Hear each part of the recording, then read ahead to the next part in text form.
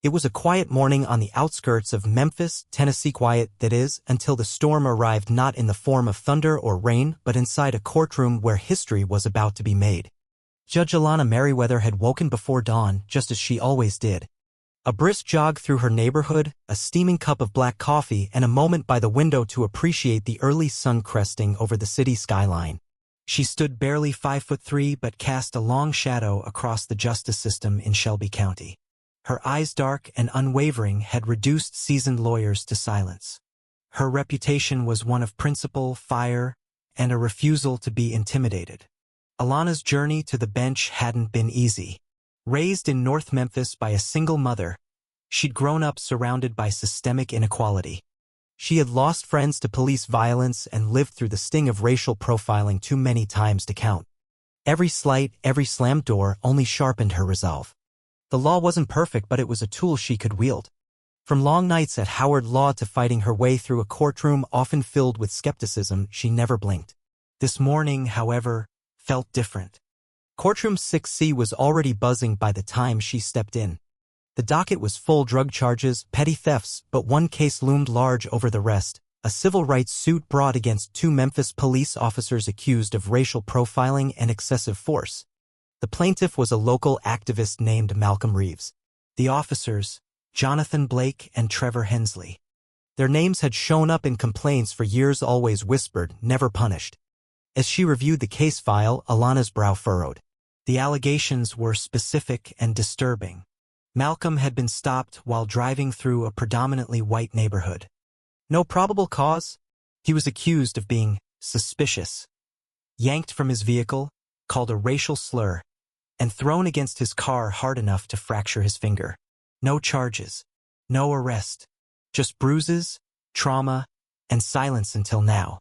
The courtroom was packed when she entered. Press, activists, law students.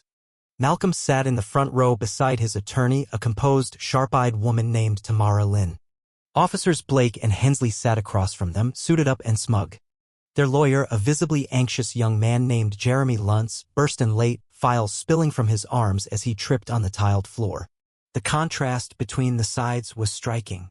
"Let's proceed," Alana said, her voice calm, carrying the weight of the room like a tide.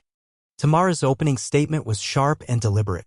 She outlined Malcolm's experience, supported by hospital reports and sworn affidavits. Luntz fumbled, trying to spin Blake and Hensley as officers merely doing their job, unable to provide any video evidence or reasonable justification for the stop. Alana listened closely. She had heard it all before: officers who feared for their safety despite no threat, who sensed something off without articulating what. Behind her judicial neutrality was a burning core of memory and truth. She had lived through what Malcolm described. Now she had the power to do something about it.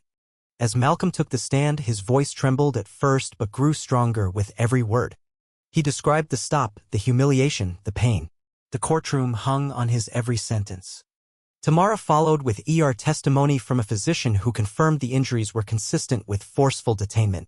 Then came the shaky but damning cell phone footage from a bystander. Officer Blake's voice was unmistakable. "Why don't you stay in your own neighborhood?" Gasps filled the air. Blake's face turned a furious red. Hensley paled. "They asked for a continuance." "Denied." They whispered with their attorney. Alana watched, unblinking. Then came the final witness, a fellow officer named Marcus Van, who had once patrolled with the defendants.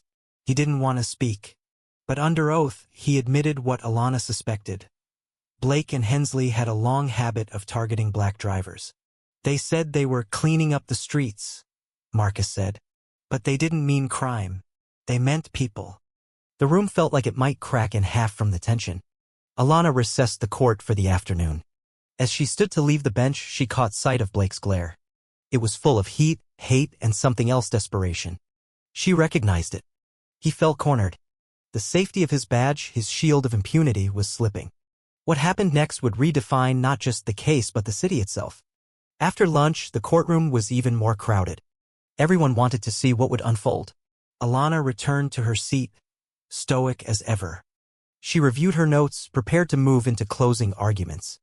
But then everything changed. Blake stood up abruptly. For a split second, no one moved. He was behind the defense table, shoulders hunched. eyes locked on Alana. She thought he might speak, then realized his intention too late. He vaulted the barrier. Gasps erupted.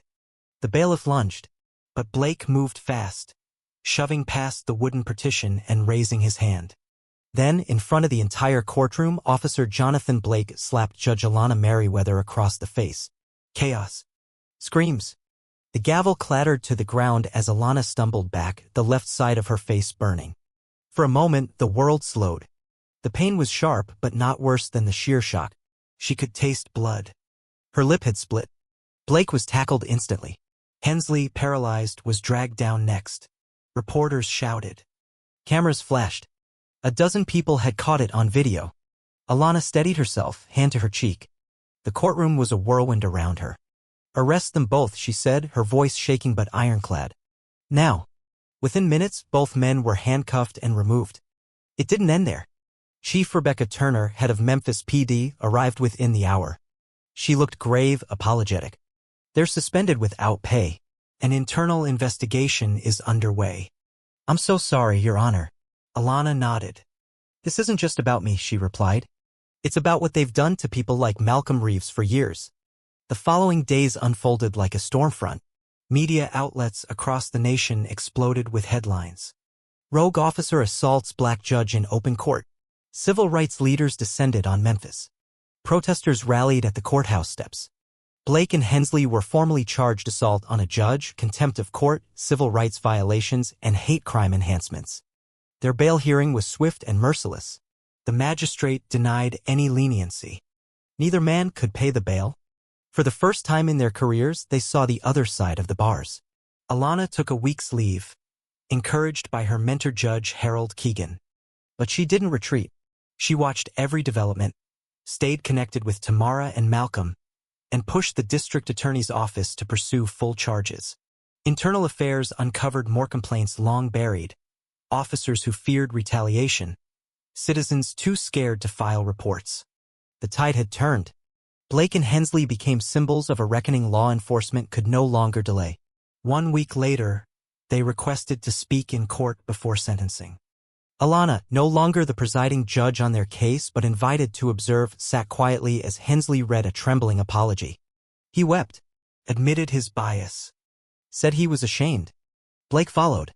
Gone was the smugness. He looked hollow. "Two was wrong," he stammered. "I let my anger take over. I didn't mean to. I'm sorry, Judge Merriweather. Please." Alana said nothing.